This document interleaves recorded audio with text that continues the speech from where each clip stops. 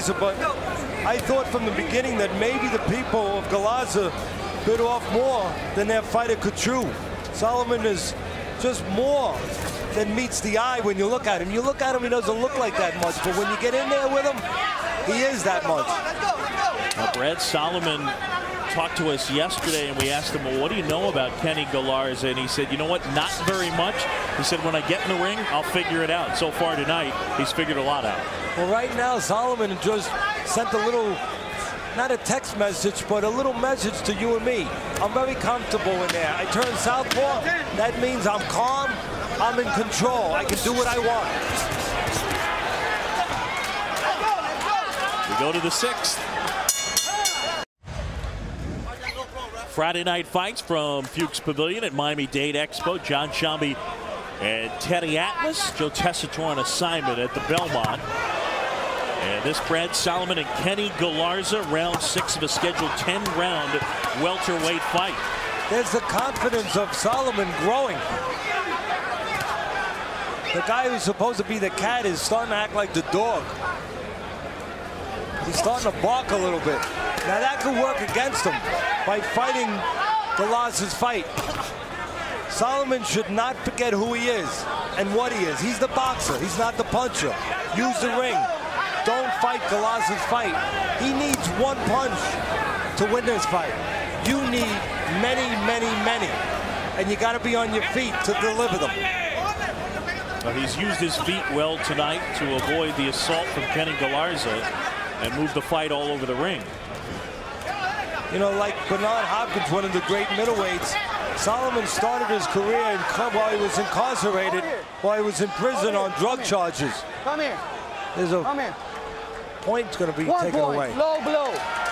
Third time, and Sam Burgos takes away a point from Kenny Galarza and warns him one more time. Take a look.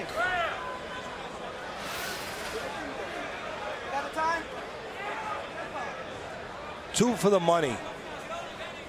The left hand went a little low, and then the right hand was the punctuation point. Now, I think they may have been on purpose. Now, I know that's a hell of a statement, John, because how do I know? And I don't know.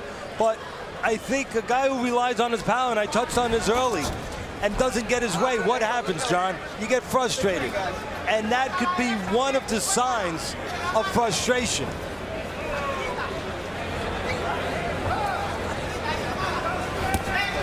Solomon has done well to stifle Galarza so far. Kenny Galarza with a nice left right there.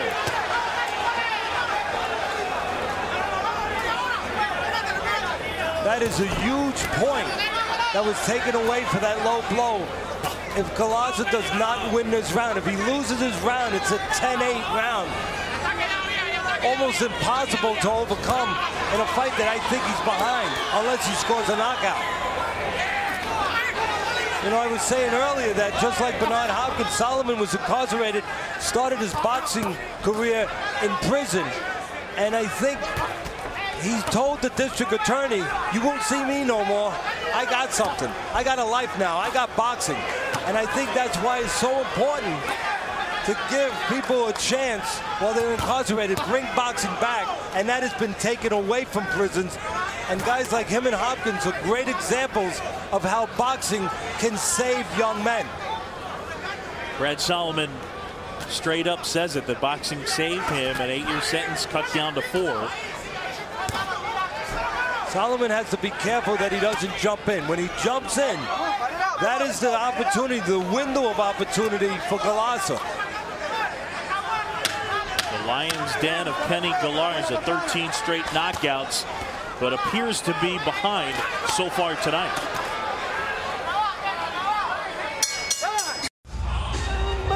Back here in Miami, as Brad Solomon's been in control of this fight, Kenny Galarza, 3 low blows. Let's take a look at him, Teddy. Well, when you're the puncher and you can't land your punch, you get a little frustrated. Now, that one was an excuse. He got pulled down. There he got pulled down a little bit. But right there, I think that may have been a sign of Galarza starting to lose it, starting to get really frustrated that he can't do the damage upstairs where he wants to, so he went a little south of the border downstairs. So what does Kenny Galarza do from here forward? he better land a big punch at this point. He's gotten himself into no man's land behind the 8 ball. Now he has to land something big, and again, it's the same way. Use your jab, go to the body, freeze the head, and then go upstairs. Now you have Solomon ahead considerably after 6. The bad news is Galaza, at least on my scorecard, unofficially, is way behind. The good news, he's got power, and there's opportunities there. Solomon will jump in sometimes, will lay in front sometimes, will give Galaza an opportunity. If I'm in the corner of Solomon, I'm scared to death. I'm nervous now. I'm watching when Solomon jumps in. Just watch when his distance here. Now, he can do a lot of work out there. Changing his distance, giving angles, using the jab, counter-punching, setting traps. But when he does that, when he jumps in, boy, oh boy, that's an opportunity for Galaza to turn the lights out, to punch with him and time him. But he's not thinking clearly now, Galaza. He's thinking about one punch. But it's hard because he's gotten himself in this spot where more than likely the only way he'll win, as you said, is with that one punch. But you have to know how you're going to land it.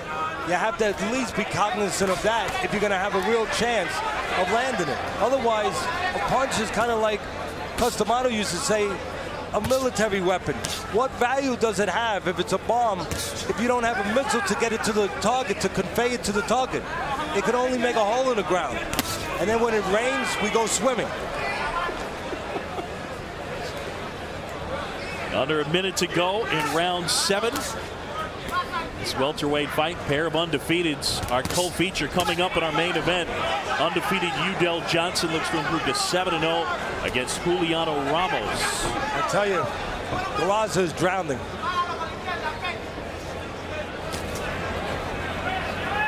But again, you have to look for Solomon to jump in. Every once in a while, he'd be like a kid with a race car. You know, he runs a red light.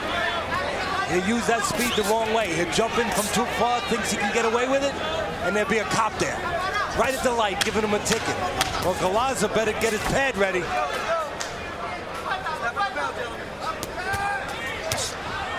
Solomon's raced out to the lead.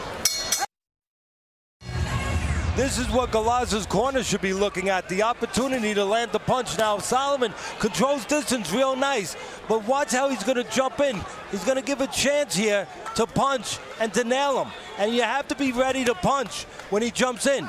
Right there, if Galaza pulls the trigger, John, he can still salvage this fight, pull it out of the fire. And as you pointed out, that instance right there, not the only opportunity, as Solomon has jumped in a number of times tonight. Yeah, he has.